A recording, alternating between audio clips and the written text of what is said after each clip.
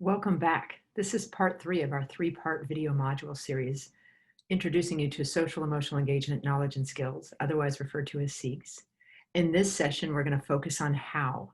How do we sustain engagement through our mentorship of one another? We've already covered part one, which was the why, and we talked about how current neuroscience reminds us that social emotional engagement is literally a fuel for a child's brain development, language, and literacy. In part one of this three-part course, we addressed a freely accessible tool for measuring engagement and showed how you could use that to ultimately adjust instructional strategies to enhance engagement in your classroom. We then went on to part two, which was the what, where if we had identified opportunities to enhance engagement, we can adjust our instructional strategies to foster student investment, student independence, and initiation. And a quick reference or freely accessible tool for identifying which strategies might be useful to embed into our positive learning climates to foster student engagement can be adjusted based on the developmental level of the student, whether they're conversational, at emerging language, or have vulnerable language skills, and or have not yet even learned to use words to communicate. We can still figure out ways to get their emotional investment, their independence, and their initiation. So in this course, part three, we're going to talk about the how, which is how do we use appreciative inquiry mentorship so we can support one another to fuel learner investment, independence, and initiation.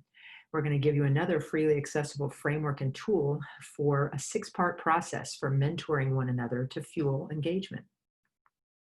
So again, this is the how of SEEKs. There was the why. Why is social engagement and neurochemistry so critical for turning on the lights of our students' brains to get them hooked on language and literacy and academic instructions?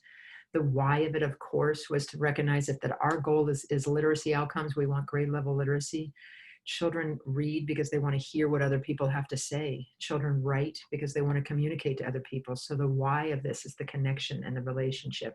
The what is the recognition that we play a pretty critical role of creating learning environments where we're fueling that students' engagement. We're literally turning the lights on for them by fueling their investment, independence, and initiation.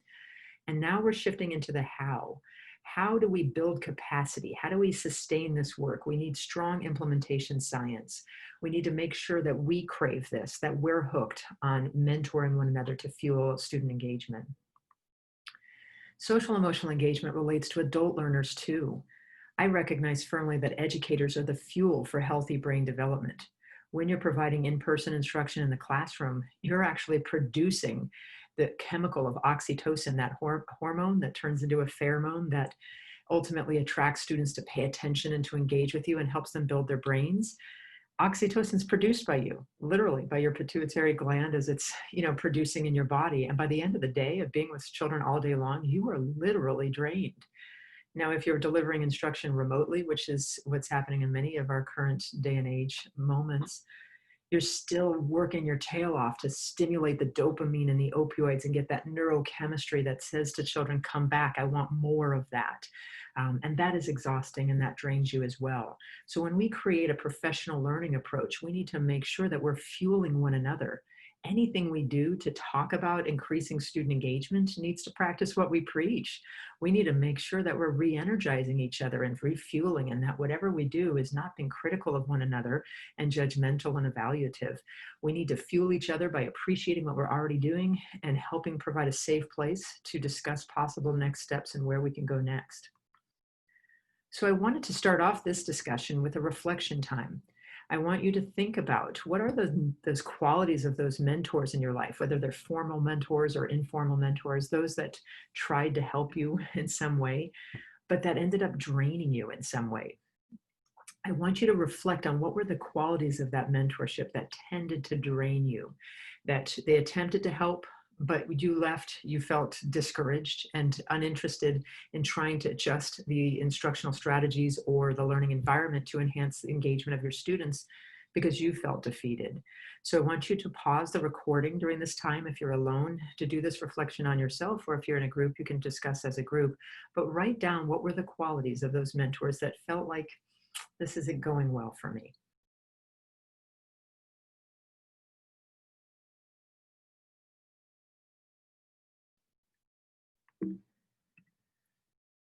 So if you pause and you're just returning back, I want you to think about what you wrote down.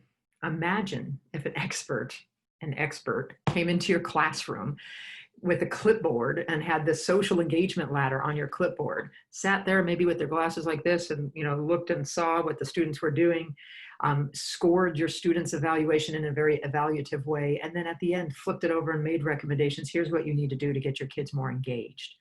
Where would you be on the engagement ladder yourself? Would you be a no focus, emerging, fleeting, partially engaged, mostly engaged, or fully engaged individual? I would probably guarantee that you wouldn't be fully engaged by that, which was the motion where the moment where you're forgetting you want to be anywhere else than in that moment. And you probably can't be mostly engaged because you haven't been given a voice. In order to be mostly engaged, you need to be invested, you need to be independently doing the task, and you need to be initiating and showing your voice. If this expert's come in and is simply telling you what to do, there's no way that you can get any higher than a 2 on the engagement ladder. And that would be a partially engaged level where you simply respond to your teacher or your mentor's instructions. You follow directions and you kind of seldom share any of that positive emotion. You're cooperative, you're compliant. Why would you be as high as a 2? Well, maybe you want to keep your job and you're just simply doing as told, but that's not really learning, and that certainly isn't engagement. But more than often than likely not, if somebody came into your classroom and simply gave you the grade, if you will, and then told you what to do, you'd probably be more like emerging, fleeting, and potentially even no focus. And so we've got ourselves a challenge there. If you wrote down some of these qualities, you probably wrote down qualities such as a person who's come into your classroom or your learning environment and basically said it was their way or the highway, said this is the only way you can do it and here's what you have to do. You're doing it wrong and I need you to do it this way. So they're telling you what to do. It's the talker who's telling you what to do. The other negative qualities that often drain us is someone who's not empathetic to why you children may be here, there, everywhere, and isn't listening to your side of the story. And then maybe the other thing that's draining you is just their lack of positive energy, their lack of hope. Sometimes our mentors come in there and say, this is really bad. We've got a lot of challenges. We've got a lot of disengagement. What are we going to do? And then no real practical solutions come in. So that negativity, there are many different things you may have written down, but each of those things is likely to leave you at a score of 2 or lower on the engagement ladder yourself. Maybe due to the format of the expert coaching or the disengagement caused by the style of that mentor. We need to really examine that, because this leads to good implementation science. We need to make sure that the way that we're delivering information to each other is energizing us. That's lighting up the oxytocin cocktails in our brains and get us excited about what we're doing. So I'm going to have you pause again and do another reflection. I want you to examine the qualities of mentorship that fuel you. So somebody's come into your life, sat down to talk to you about your learning environments that you've created for your students or your children. And when they left, you were kind of disappointed they left. You left, though, energized and refueled with new ideas, and ideas that you might have even come up with, not even them, but just refueled, re-energized, refocused. I want you to think about what were the qualities of that mentor in your life that has helped you in the past. Again, I'd love you to pause for this recording right now, whether you're working individually or as a group. Sit down and talk about what elements of mentorship fuel you. Write down those ideas. So I'm going to go ahead and invite you to pause now.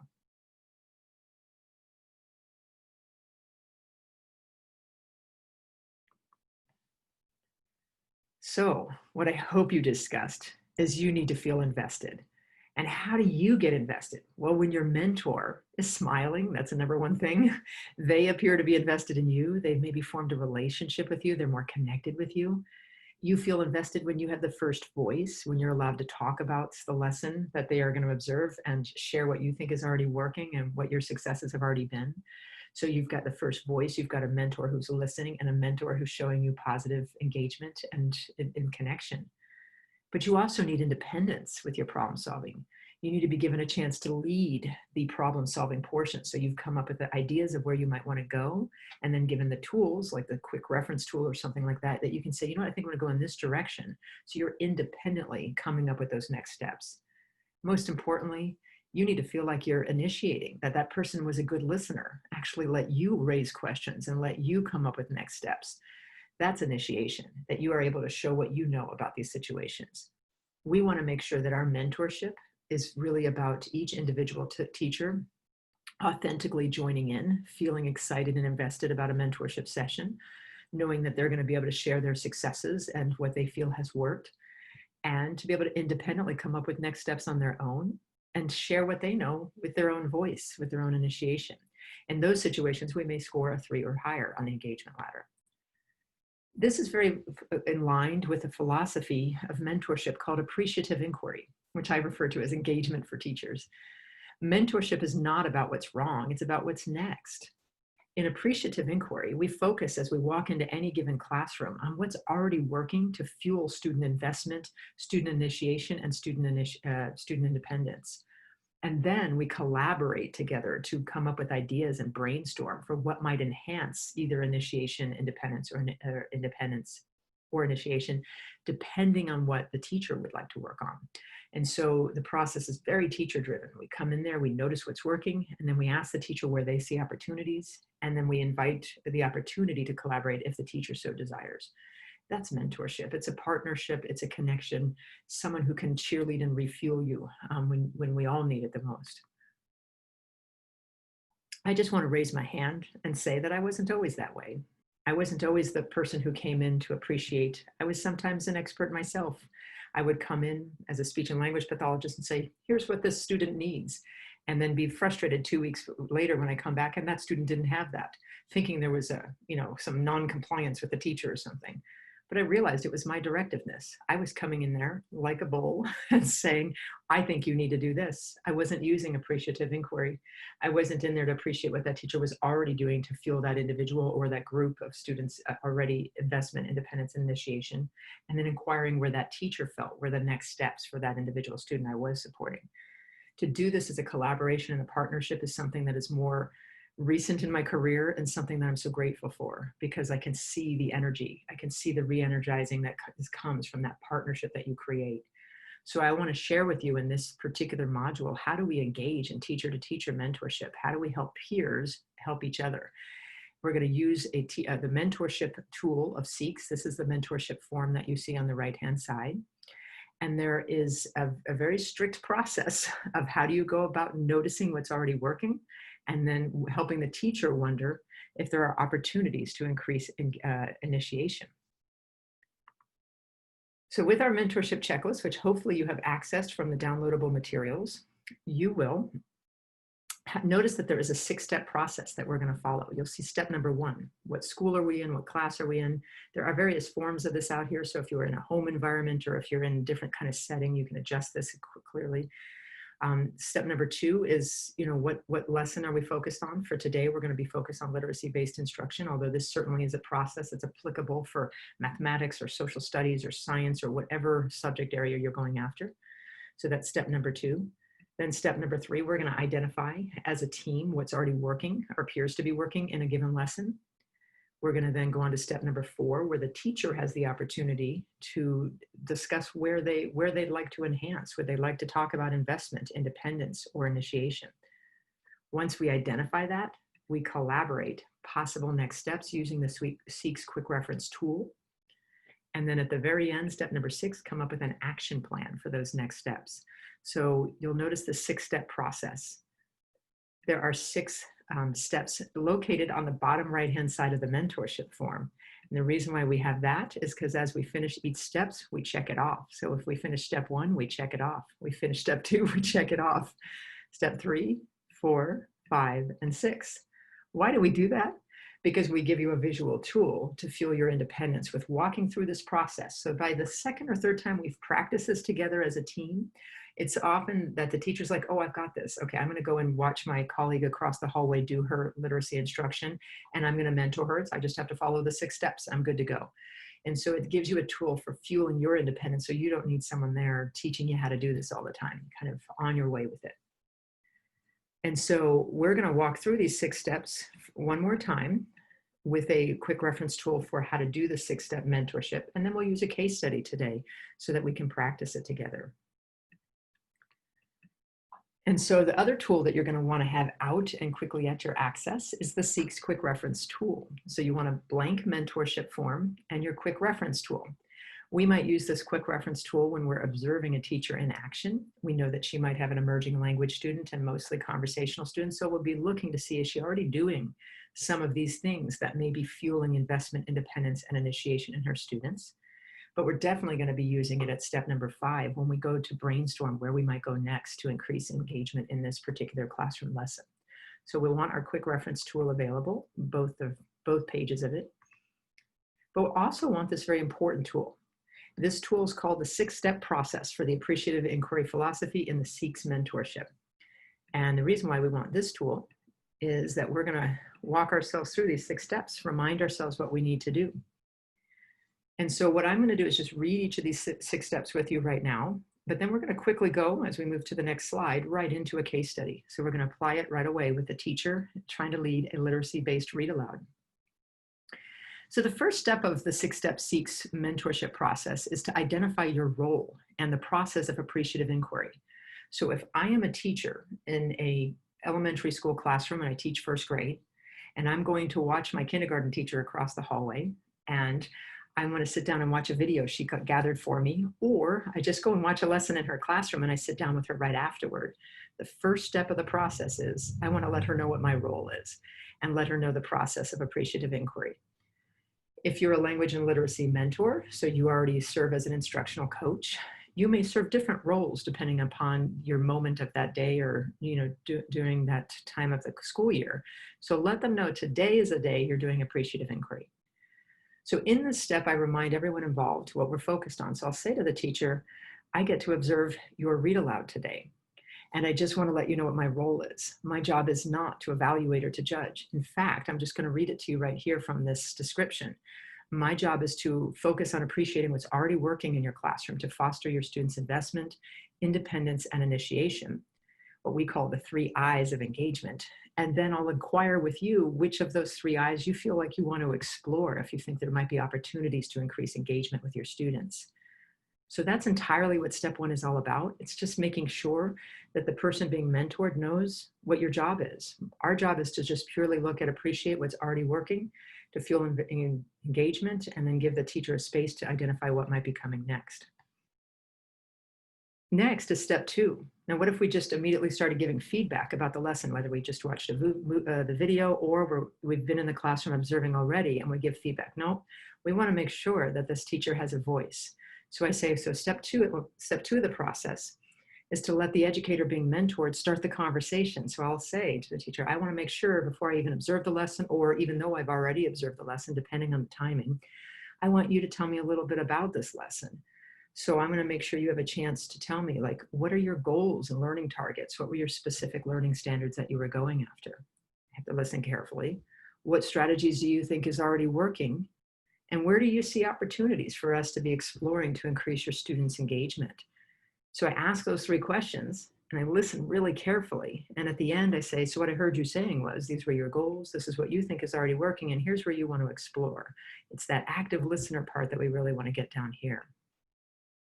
Then, if we're watching a video, we get to watch the video together of a lesson, or if I've already been in the classroom to do what we call a live observation, I get to go on to step number 3, which is to discuss what's working. So using my notes gathered on my mentorship checklist, I'm going to give feedback on what appears to be working. And we're going to use very careful language during this time. We're going to use this phrase, I noticed that the students had access to, and this appeared to fuel investment, independence, or initiation. We don't use words of overt praise.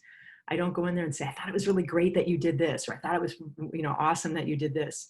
I'm simply going to notice things. I noticed that you had hands-on materials and that appeared to foster your students' investment. And so I say I noticed because I don't want to come in there and say good job or awesome, because if I'm doing that, I'm putting myself in a position to be in a position to judge. And I want to neutralize that. So I noticed you do this. I can still use that tone of voice and the facial expression. And then I say, and it appears to foster your students' investment, appears to, because the expert is the teacher. That's the person who sees these children every day. So I use this phrase very carefully so that I come off as just kind of a neutral observer. And that's where we describe what's working in investment, independence, and initiation. Once we provide all that feedback to the teacher, we get to go on to step 4, which is sort of revisiting what we might have talked about in step 2, where the teacher was saying, I'd like to explore more opportunities for investment, independence, or initiation. But at step 4, we say, all right, which one do you want to work on? Do you see any opportunities to increase investment, independence, or initiation in your students? The teacher gets to select that I of engagement that they want to explore. If you as a mentor thinks they really need to work on their investment and they pick on initiation, you got to go with it because this is the mentor's mentorship, not your job to be an expert. So it really is being a good listener and a follower to the teacher who's steering the conversation to meet his or her needs. So we pick the I of engagement. Then what we do is go on to step number 5, and we research the relevant section in the quick reference tool. So you said you wanted to work on investment. Let's look at the developmental level of your students. Let's read some of these strategies together. Here's a quick reference tool. You may already be doing a lot of these things, but let's just read it together. Then what we do is collaborate. How do we do that? Well, we make sure that the educator can lead the discussion by saying this. Do you have a sense of where you might want to go based on what we just read, or would you like to collaborate? And that way the teacher can say, well, based on what I just read, I think I want to try this. And they have the first voice at knowing what the next steps might be. And sometimes they're ready to go with their next shift in lesson planning and adjusting strategies, therefore making sure that the mentor doesn't come off as an expert always having something to say. But if the mentee says, I'd love to collaborate, then of course we can add some things in there saying, I noticed how effective it was when you did this. I wonder what it would look like if you tried that here. Or how about this strategy that I see in the SEEKS quick reference? So there is a collaboration opportunity there. Once those next steps are determined, we get to go on to step number 6 and come up with an action plan. When we come up with that action plan, we need to make sure the resources and the next steps are realistic and practical. And we always say, can you make it fast? Can you make it last? We want to make sure that whatever we come up with is realistic for the situation. As we finish each of those steps, of course, we are checking along our bubbles. We don't have to check them off on this particular page because we will have checked them off on our mentorship. But that means we are finishing each of these steps as we progress through the task. So that is the 6-step process of the SEEKS mentorship. Now let's practice it. So how are we going to practice this? Of course, we're going to embed it right into a read aloud, some literacy instruction in the classroom. And I want to share with you that 6-step process with this real life case example. What you see right there is a teacher who's got a child on her lap. And he's super excited because at the end of the 12 Days of Winter, which is a school counting book that we often have seen, very familiar with it, is that they create a snowman. And he is super excited about the ultimate outcome of this read aloud. It was true and authentic. You weren't just reading, but we were creating. We built a snowman together and we did it as a class. And so he was excited at the end of the road. That's what we get to watch, is this read aloud. The read aloud is occurring in an integrated preschool program where there's quite a few children who are conversational level, what we would refer to as typically developing, as well as children who have language delays for various reasons, and they're integrated and included into this classroom. One of the children with language delays happens to be sitting on the teacher's lap because he seems to have a high need for that social connection and engagement right there. So we're going to see what's on this teacher's mind. We're going to provide mentorship for her. How do we get started? Fear no more. You've got a 6-step process. So we're simply going to start with step number 1. And I say to our teacher, and I say, I'm coming in today as your mentor. And I just want to reassure you that my role in this mentorship is purely for the purpose of appreciative inquiry. I'm going to read to you just right off of this mentorship tool what we're going to do today. I'm going to observe your read aloud, and I want to appreciate what is already working to fuel your students' investment, independence, and initiation. And then give you, and I believe you're co-teaching with a speech and language therapist right now, an opportunity to inquire where you see more opportunities for engagement and maybe to give you a chance to collaborate. So really my primary role is focused on what's working, identifying that for you and appreciating that, and then feedbacking that to you in this process. That's step 1. So if we finish step 1, what we're going to want to do is we're going to check off bubble number 1 at the bottom of our mentorship form. And so what we're first going to do, though, before we check it off, of course, is fill out the step number 1 section, which is we're at, Howard Elementary School in Anytown, USA, and we've got a teacher that we're working with who's collaborating with a speech pathologist. We write their names, the dates, and get all that information down in here.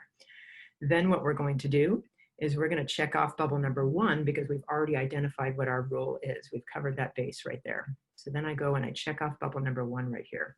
So we're progressing right along. So we're going to move on now to step number 2 of the process. So how do we do that? We're going to move on to step number 2. And I say to the teacher, and that's speech and language as well, that step number 2 is to make sure that you have a voice and share with me what your plan was with this particular activity, what you thought was already working, and where you already see potentially opportunities to where you want to explore to go for next steps. And so step number 2, as your mentor, I want to ask some open-ended questions of you. What were your goals for this specific lesson or activity? And the teacher, as well as the speech and language pathologist, replied, saying, well, our learning standards is for children to be able to make predictions of what might happen next in the story. So what's the next day of winter coming? And also to be able to recall sequence of events of the story and to be able to participate by commenting about the story itself. And I said, okay, so what do you think is already working for your group's engagement? How do you keep them engaged? And the teacher replied, well, I know that particularly for my kids with language delays, they need visuals. And so I usually try to have a visual in his hand so he can count along. Like if we're doing the 12 days of winter, he's got something right in front of him that will say it's day 1, day 2, day 3 of winter. And then I also like to have my students have an active role. So each student has a chance to go up to the front board to contribute to the story in some way. They might have a picture in their hand of a part of the snowman, and then they're building it collectively together. And I said, oh, okay, so what questions do you have about where you might see opportunities to increase student engagement? Do you feel there might be opportunities to increase their investment, their independence, or their initiation? And she was not that familiar with SEEKs. Maybe she doesn't know about the terminology of investment, independence, initiation. She goes, well, it's hard for me to keep all of my kids paying attention. There's a lot of movement, they're crawling around on the floor, they lose attention. And I'm listening to her and I say, well, it sounds like you feel like there might be an opportunity to stimulate their investment as well as sustained investment throughout the task. Is that kind of what you're thinking about? And she goes, yeah, investment. I want them to stay hooked. So I kind of just listen to that process. And now if I have a teacher that's really stuck on that one because they don't know these 3 terms, I just say, well, what do you hope for in your students? What do you dream for? And whatever they say, I'll reframe and say, it sounds like an opportunity to increase initiation, independence, or investment. And then I recast what I learn, which is a really important part of that. It reflects the importance of being an active listener. So I say back to her, what I heard you and your speech and language colleague mentioning is that your goals were, you want students to be able to retell the story, understand the sequence and steps, maybe even to be able to predict, and mostly to comment about what they see in the story around them. And then you want them to be able to, what you've already said is working is that for students with the language delays, having a visual support in close proximity has been a tool that seems to keep their investment. And then for each of the students to have an active role to go to the front board to participate in something related to the story. So there's an active action that's going on that seems to be fostering engagement. And you're questioning me, your mentor, and you're wondering if you think there might be an opportunity to sustain their investment throughout the activity, keep them focused on this task at hand. Am I hearing you correctly? And so step number 2, it's just a series of open-ended questions. What were your goals? What did you think was working? What questions do you have? And after you finish asking those questions, you might need to take notes because you're going to recast what I heard you saying was, these were your goals, this is what you thought was working, and this is where you want to go. Once you finish that information and confirm what you're hearing is accurate, then you go on to completing some of the data that is in step number 2's section of the mentorship checklist, which is right up here. This is read aloud time. The learning targets go right here. That is what the teacher's working on. If the teacher has indicated something's working, I usually fill it out at the top of the what's working column. She thinks having students have an active role in close visual proximities, visuals in close proximity to kids with language delays, that seems to be helpful. And we will revisit at step number 4 where she sees an opportunity to increase engagement. So I usually don't fill that part out right now. Then what we do, of course, is we check off bubble number 1 and bubble number 2 because we are finished with those first 2 steps. And we're ready to go on to step number 3, which in itself is the fun part, because step number 3 is we get to watch either a video of a classroom-based literacy lesson, or if we are lucky enough to actually go in person to watch the instruction, we are going to be sitting back and watching the actual instruction flow through. What we're going to do in this time is only record what's working in our sections. We're going to leave the next section blank. And where do we record this? We record this on our mentorship tool, specifically right here in section A, section B, or section C. So right in these sections right here is where we're going to write it. If something seems to be fueling the investment of a student, like you see them giggling and smiling and they're staying focused and sustained attention, I look and see, what is this teacher doing that appears to be fueling that investment? I'm going to write it down here. If I see students who are doing what they're supposed to be doing, they're following along with the motions of the song, they seem to be addressing the challenges of the task and being able to comprehend the subject matter, I'm going to look at what that teacher is doing to fuel independence.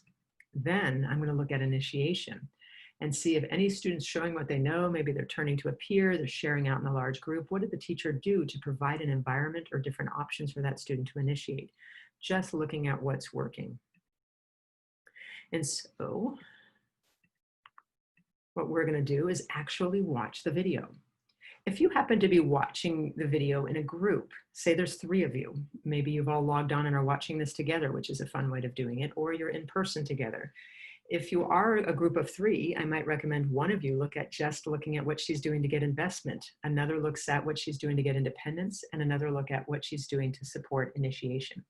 Remember, our job at this point is to only look at what's working. No next steps, no cheating. So really what you're looking at are the children. You're looking at children who appear to be invested and going, why are they invested? Children that independently do something they're supposed to be doing, like sitting nicely on the rug, why are they doing that? And then initiating, they're sharing what they know, they blurt out the information, they're going up to the front board to show what they know, what's working. So each of those 3 areas. If you're alone doing this, you get to take some extra time and really think about each of these 3 areas differently. There is definitely some overlap, but at the end of the video, I'll give you some reflection time to look at your materials and just write down what you think this teacher was doing to get investment, independence, and initiation. Just what's working. What is birdseed? Carly, do you know? What's birdseed? It looks like Oh, Miss Lyra's going to show you. Landon has this picture. Does anybody have this picture? No. Oh, Say, I do. Zally, you have the birdseed. Zally. It's Zally's turn. Under number 5 for the Zally's birthday of coming up. winter. Birdseed. Good job, Zally. Birthday of winter, my best friend gave to me. Right here. 7 maple leaves. Maple Who has a picture of leaves? I do. Maple leaves. Look, it's Bennett. Come up, it's your turn, Bennett. Go around the floor, Here, Landon. let's sit right here. Can we sit right here? So Bennett, look, Bennett's coming. Bennett's Bennett's coming. turn. Bennett, can you find number 7? Bennett's turn. Bennett's turn. Number Here, 7. look. Can you put your picture under number 7? Good job. Let's find Bennett's picture. Look, it's Bennett's turn. For our 7 months. There Good. it is. Okay, so Bennett had the 7. Yeah, it's okay. His sticky fell off. After 7 comes number. Well, somewhere. Ooh, is it going? Salty peanuts. Who's that? Carly. Carly has 10 salty peanuts on the 10th day. Ready? Do we think we can go back through and say all of them? Oh, I think you guys. Okay, let's try. Ready? Okay, look.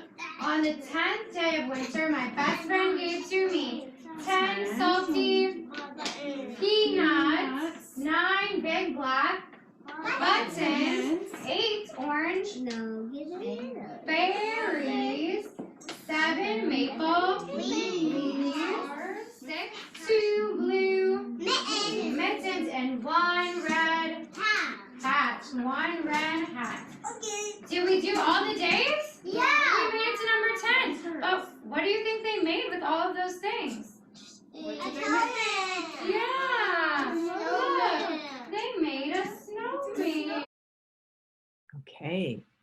So I know that's the first time you've watched a classroom instruction with the lens of, do I see investment, independence, and initiation? I wonder what's working. And so you may want to rewatch it. That's what the nice thing about a webinar. You're welcome to rewind and watch it one more time. And what I look for is I see moments. I see moments where what comes next, she says, and there's a child that shouts out, 8, 8 is next. And another one says, did we count down all the 10? Yes. And a kid puts his hands up. And you see right here, the teacher's pointing toward the snowman and the child on her lap is looking right at it. And there was a moment when the child on her lap was feeling emotionally dysregulated. I think when he had to move as one of his children came up, other peers came to the front board. She then put a visual support right back in front of him. And I noticed that he sustained his investment when that visual was returning to him. And so I look for moments in which there are exactly, this is what we want from kids. They're paying attention, they're communicating, they're doing different things, what's working. So we really want to be able to think about that. And so what we're going to do is we're going to have a reflection time right now where you, either working independently because you're on your own or you're in a small group, I want you to think about the things you noticed that was working. Again, you're welcome to rewind and watch it again.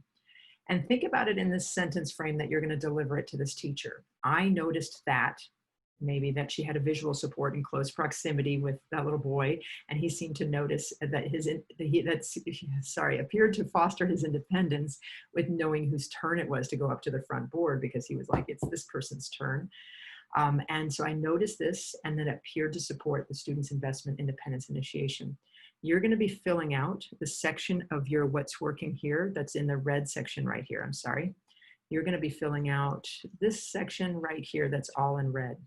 So what's working to fuel investment, independence, and initiation. And so at this point, I want you to pause the recording and write down what you saw was working in each section.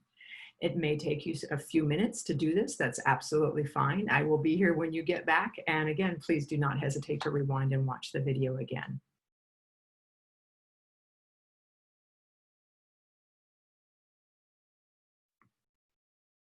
Kudos to all of you who actually took the time to work as a team, to write down all the things that you appreciated was working in that particular situation.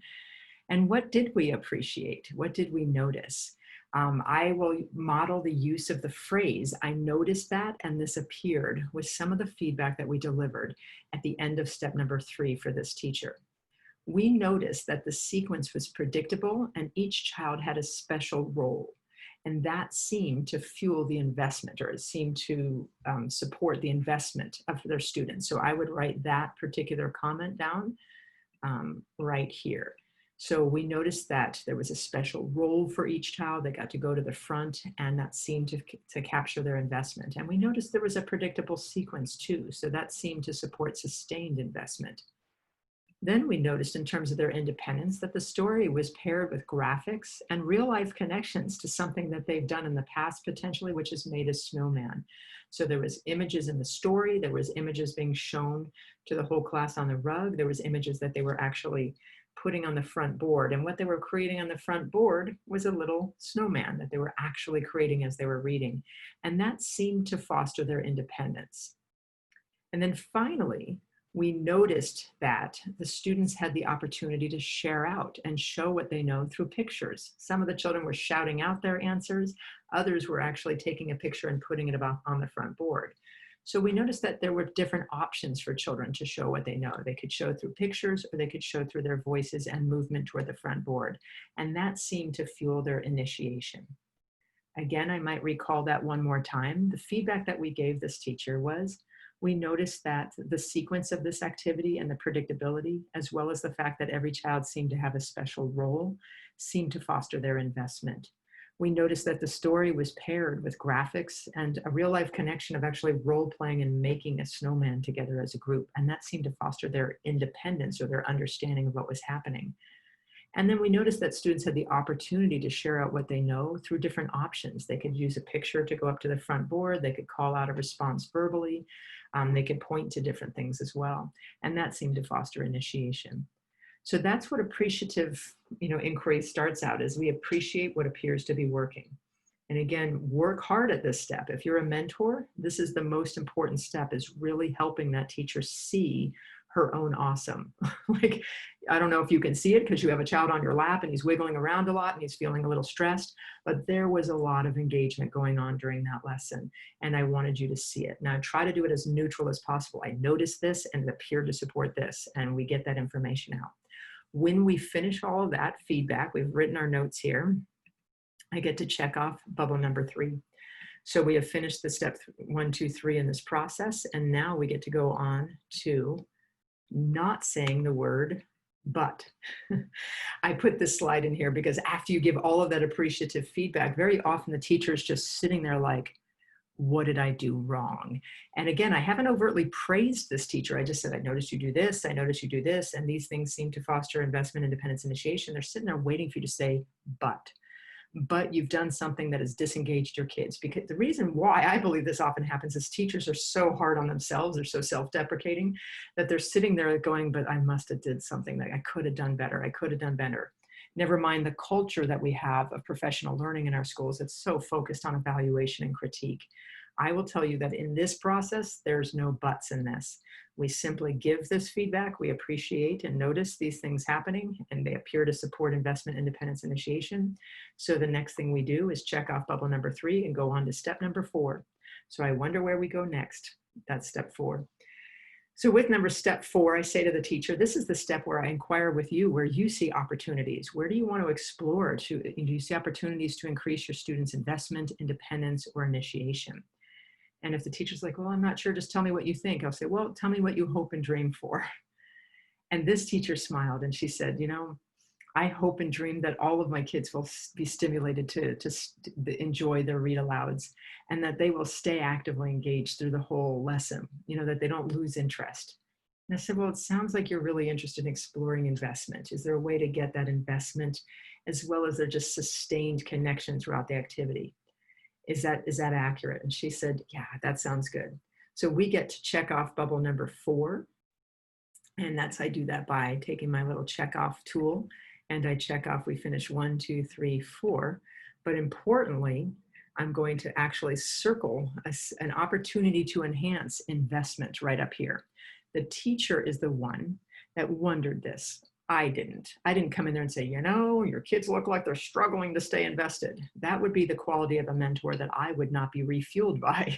Instead, I said, do you see opportunities to increase engagement? She says to me, I want them to sustain their investment throughout the task. So that's the opportunity she identified. We circle it up there where it says step number 4. We check off our bubbles down below. So now we get to go on to step number 5. And step number 5 is where we begin by using the research that we gather from the SEEKS Universal Design for Learning Quick Reference Tool. So if we read this section down here, we can say, well, we're going through the process. We now have to go into step 5, which is where we review the relevant section in the SEEKS Quick Reference Tool, and then allowing some wait time to see that the educator can lead the next steps conversation. I'm not going to jump in and offer next steps until that teacher has invited me to. We're going to read this together and then ask, do you have a sense of where you might want to go, or would you like to collaborate? So what section do we read? We pull out our quick reference tool.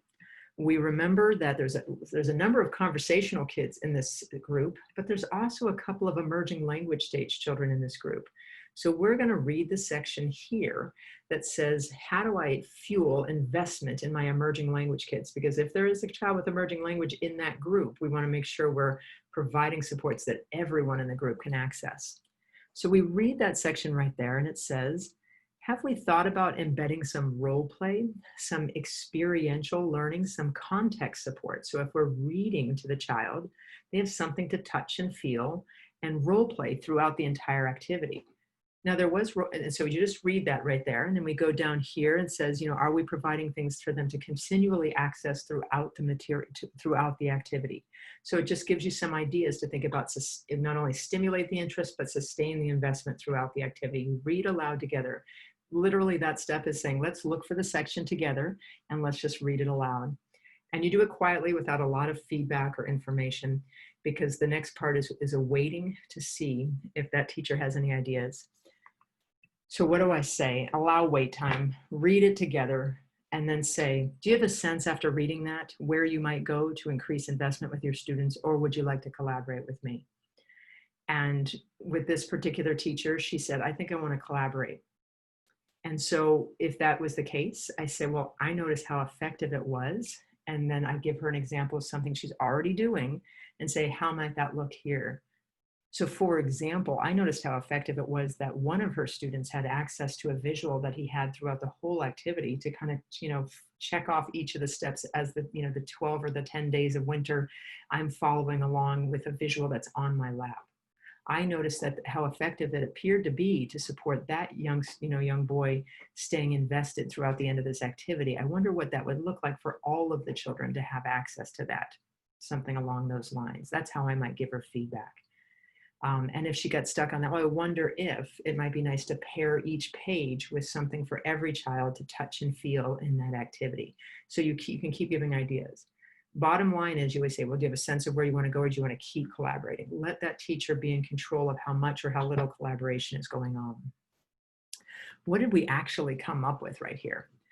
The teacher wondered if there might be opportunity to increase investment in her students. The next steps we came up with, which we ended up writing down right around here, were that she would have proximal visuals for each student. So we had a proximal visual, that thing that we were holding that said that, the 12 days of winter were here. What do we do on each of these 12 days? And it appeared to be helpful at some level for that individual student, but she kept showing it to the rest of the kids. And I'm like, oh, I wonder what it would be like if every child had that visual, so they can be more invested or sustain their investment throughout the task. Then we talked about the idea that if we're going to build a snowman, that it might be nice for students to have access to the real life materials too, not just the two-dimensional visuals, so actual hands-on. These were kind of generic concepts that we talked about for read alouds. We've got our book up here, and rather than just doing the turn taking one at a time, how about everyone always has a turn all the time because they're following along in their own individual visual proximity and have some access to visual objects and things like that. Most of these ideas came directly from the teacher herself, as we were able to appreciate what was already working and just gave her that space to just kind of think about, how do we increase the investment of all of your students throughout the task? And so this is how that process goes. We then get to check off bubble number 5. And of course, where do we do that? But at the bottom right-hand side, we finished step 1. What was our role? Step 2, we heard what her goals and her ideas were. Step 4, she wanted to work on investment. Step 5, we brainstormed by looking at the investment strategies of the quick reference tool. Now we fill that all in this section, and we get to go on to step number 6. So let me go ahead and do that. Step number 6 is coming. And step number 6 is where me as a mentor, I say to her, so you said you're going to come up with a visual that goes with this 12 Days of Winter book. Can you make that fast? Can you make it last? Like, are you going to use that book every year so that you keep these things with the materials that you have for that book? Is it worth your time? You think you're going to get the bang for your buck for this? And she's like, well, I'm not going to do that one just yet because we're kind of done. I think I was meeting with her in January, so she was kind of done with that section of her literacy unit. She was ready to move on to the next one. And it's turning into a rainy springtime. And so she wanted to look at a different book, and how do we augment that book? This is a video you've actually already seen before. It was a video in segment number 1 of our 3-part module series related to Pete the cat and his 4 groovy buttons. And she decided, I'm not going to have them sit on the rug facing me. I'm going to have them sit in a circle so that we're all talking all the time. And in front of them is the sweater for Pete the cat, and which, I don't really have sweaters or that much felt to go around, so I'm going to just put a plate in front of them with buttons on it, because I think I can come up with enough for each kid in the class to have 4 buttons. And as they go through the book, they get to actually role play every single time. So rather than taking a turn, they're getting to do a turn every single time. So proximal visuals, lots of hands-on materials. Can you make it fast? Can you make it last? I got the plates, I got the buttons, let's do this. And so this video was taken about 2 months later from the original video here. We're shifting seating arrangements, we're shifting the distal visuals with the proximal visuals, giving children hands-on and active role throughout the task rather than a turn-taking activity. These were her ideas to enhance instructional engagement with her students. Once we finish this, we check off bubble number 6 at the bottom of the page. So we finish all of these steps here, and we go on to the next page, and those are all queued up right there as well.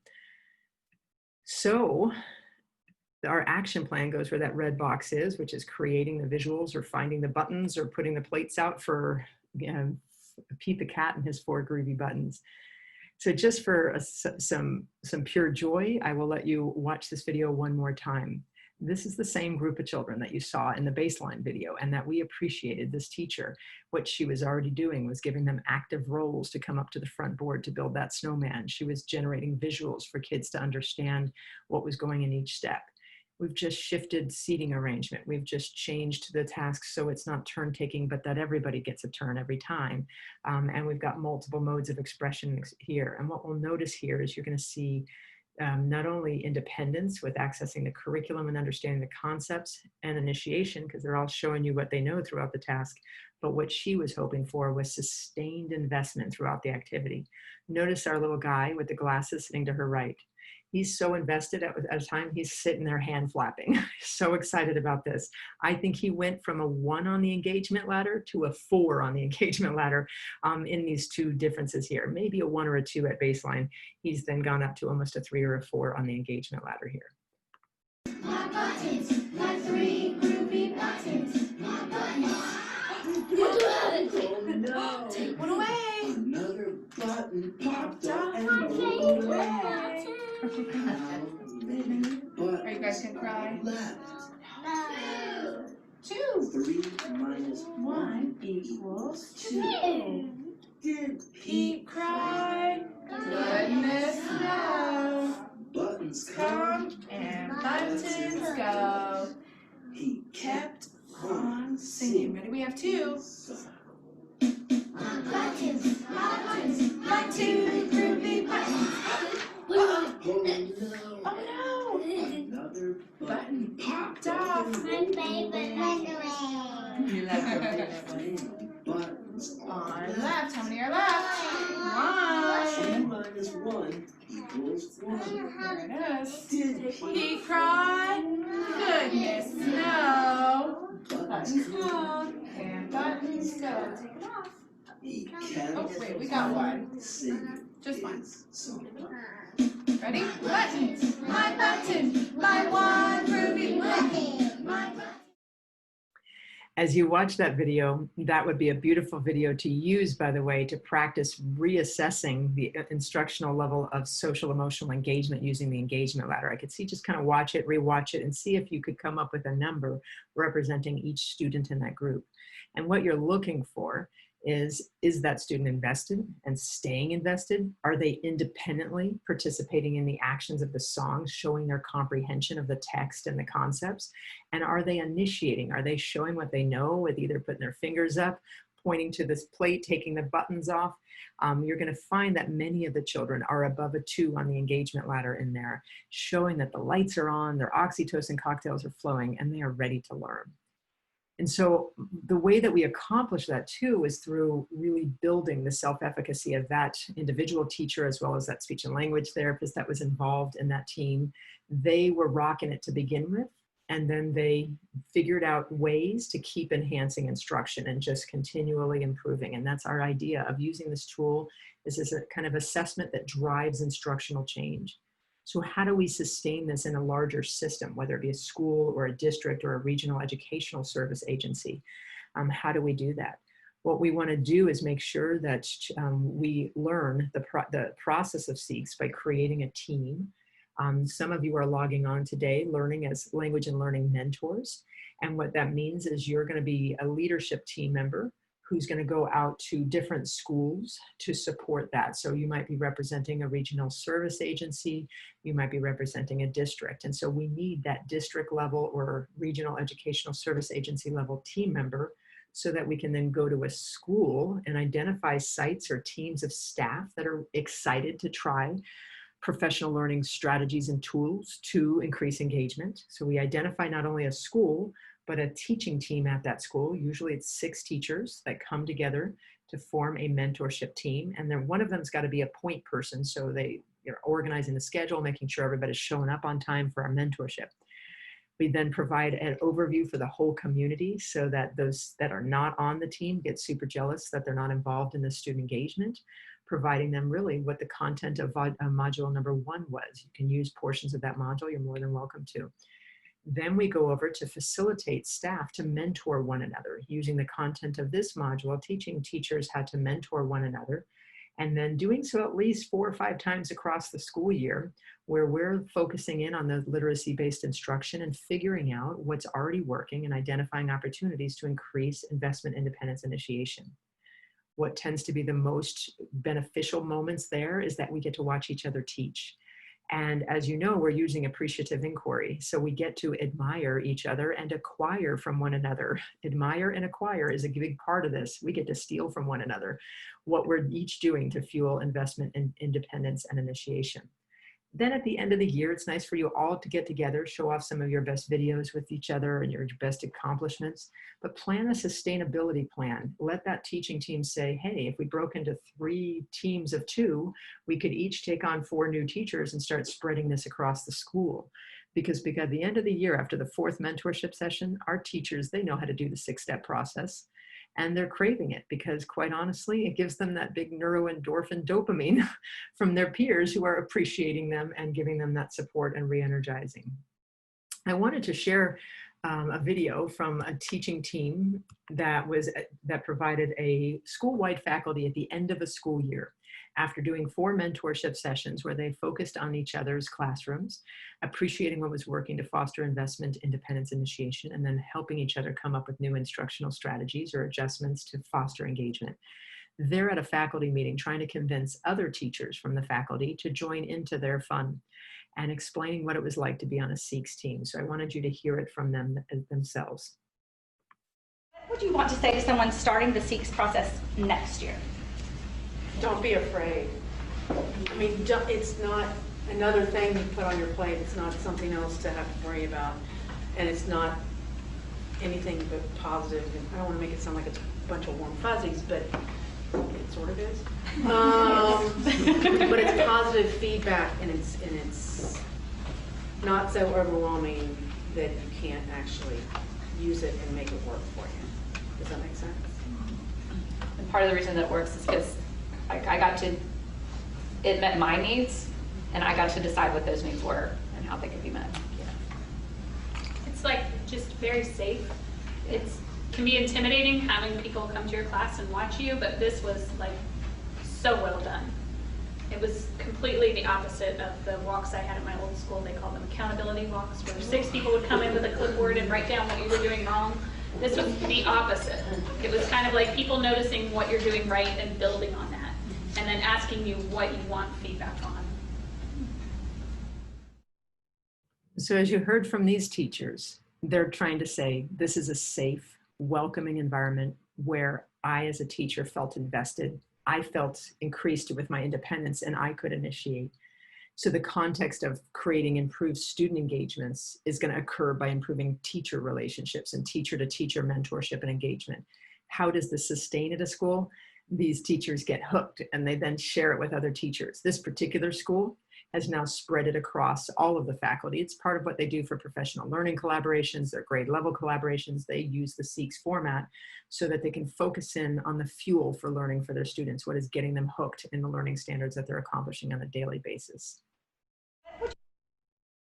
So in summary, with the 3-part modules that you have just participated in, I hope that you are learning ways to create positive learning environments where we're increasing investment of our students by fostering engagement in multiple ways, we're increasing their independence by providing information in multiple ways, and we're increasing initiation by giving them multiple ways for them to act and express themselves.